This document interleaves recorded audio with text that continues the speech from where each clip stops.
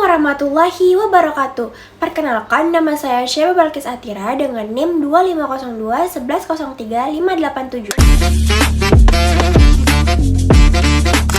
Saya dari Fakultas Ekonomi dan Bisnis dengan jurusan Manajemen. Di sini saya akan membahas kasus tentang bullying siswa SMA Negeri 6 Garut yang hingga bunuh diri. Ada seorang siswa SMA Negeri 6 Garut yang bernama Pria Nalureda-Torik yang meninggal dunia diduga akibat depresi berat karena perundungan atau bullying di sekolahnya. Pelajar berumur 16 tahun ini ditemukan tewas di rumahnya pada hari Senin tanggal 14 Juli 2025 oleh keluarganya. Kesaksian dari sang ibu korban menceritakan adanya perubahan drastis pada anaknya hingga dengan dugaan perlakuan yang tidak menyenangkan yang diterima dari teman-teman dan oknum guru.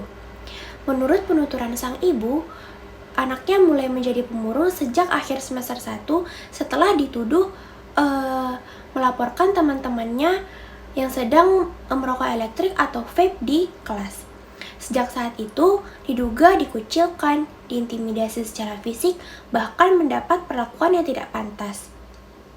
Dari oknum guru, sang ibu menyebut anaknya pernah disebut anak yang berkebutuhan khusus oleh seorang guru fisika dan dijadikan contoh buruk oleh wali kelasnya di depan siswa lain. Puncaknya, keputusan sang anak semakin menjadi setelah pihak sekolah menyatakan bahwa ia tidak naik kelas, yang menambah beban mental yang berat selama berbulan-bulan. Sila dari Pancasila yang dilanggar dari kasus ini yang pertama adalah sila kedua Pancasila, yaitu dengan bunyi kemanusiaan yang adil dan beradab, karena tidak menghargai hak dan martabat manusia yang seringkali dilakukan sewenang-wenang untuk melukai orang lain. Yang kedua adalah sila ketiga Pancasila, yaitu dengan bunyi Persatuan Indonesia, karena bullying seringkali memicu perpecahan dan kebencian di antara individu ataupun kelompok, juga menciptakan permusuhan dan menghancurkan rasa persatuan dan kesatuan bangsa. Dan yang terakhir ada sila kelima Pancasila dengan bunyi keadilan sosial bagi seluruh rakyat Indonesia. Karena ketika seseorang menjadi korban perundungan ataupun dipermalukan, ia tidak mendapatkan perlakuan yang adil dan setara yang merupakan inti dari keadilan sosial. Hukuman atau sanksi yang didapat oleh pelaku yang pertama adalah penonaktifan Kepala SMA Negeri 6 Garut sementara dan jabatannya oleh Kepala Badan Kepegawaian Daerah atau BKD Jawa Barat karena telah melakukan tindakan pembiaran bullying terhadap siswanya yang berujung korban meninggal dunia. Yang kedua adalah pembentukan tim investigasi melibatkan BKD Provinsi, aparat hukum, dan psikolog untuk mengevaluasi potensi kelalaian oleh guru atau staf sekolah. Yang ketiga adalah jalur hukum tetap terbuka dan proses tidak terhenti dan melihat ke dalam rekaman CCTV dan bukti lainnya. Dan yang keempat adalah dari para netizen atau media sosial menyuarakan #blacklist SMA Negeri 6 Garut. Sanksi atau hukuman tersebut tergantung dari tingkat keparahan bullying dan kebijakan yang berlaku. Menurut saya, hukuman itu belum maksimal diterima karena menurut sesuai dengan Undang-Undang Nomor 35 Tahun 2014 memuat sanksi pidana bagi pelaku kekerasan terhadap anak yang berisi pelaku bullying dapat diancam dengan pidana penjara atau denda seperti penjara maksimal 3 tahun 6 bulan hingga 72 juta rupiah untuk kekerasan yang mengakibatkan luka tidak berat. Dan hukuman lebih berat lagi jika menyebabkan luka berat atau kematian.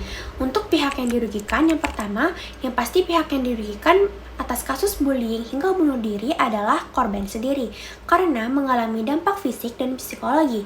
Dalam hal ini, secara psikologi, korban mengalami depresi, kecemasan, rasa tidak aman, bahkan trauma hingga berujung bunuh diri.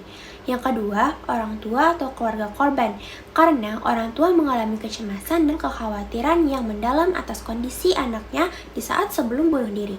Di saat sudah melakukan bunuh diri, orang tua sangat sedih atas kehilangan anaknya yang tidak memungkinkan untuk kembali lagi. 3. Sekolah, karena kehilangan kepercayaan dari masyarakat karena gagal menciptakan lingkungan yang aman, dapat menghadapi tuntutan hukum dan sanksi akibat tidak dapat mencegah atau menangani bullying dengan baik. Yang keempat, ada teman-teman sekolah. Meskipun tidak menjadi korban langsung, mereka pasti merasa tidak aman dan takut menjadi target berikutnya. Agar kasus ini tidak terulang kembali, yang pertama harus membangun komunikasi terbuka serta kepercayaan diri di lingkungan keluarga dan sekolah, dan dorong anak untuk bercerita tentang perasaan dan pengalaman mereka. Yang kedua, pendidikan karakter, mengajarkan nilai empati dan saling menghormati. Yang ketiga adalah kebijakan tegas, membentuk tim pencegahan bullying di sekolah yang bertugas menyusun kebijakan anti-bullying termasuk sanksi yang tegas bagi pelaku. Dan pesan moral dari kasus ini yaitu bullying adalah tindakan kejam yang melanggar nilai kemanusiaan, yaitu menghormati sesama. Setiap orang berhak merasa aman dan diperlakukan dengan baik, bukan diintimidasi atau disakiti. Jangan takut untuk melaporkan perilaku bullying kepada keluarga, sekolah, dan pihak berwenang karena pelaporan akan menghentikan perilaku tersebut. Dan yang terakhir, jangan lupa untuk memperkuat agama dan ibadah agar tidak cepat putus asa, apatis dalam menghadapi masalah, hingga mengambil jalan pintas yaitu bunuh diri. Sekian dari video saya, mohon maaf bila ada salah. Wassalamualaikum warahmatullahi wabarakatuh.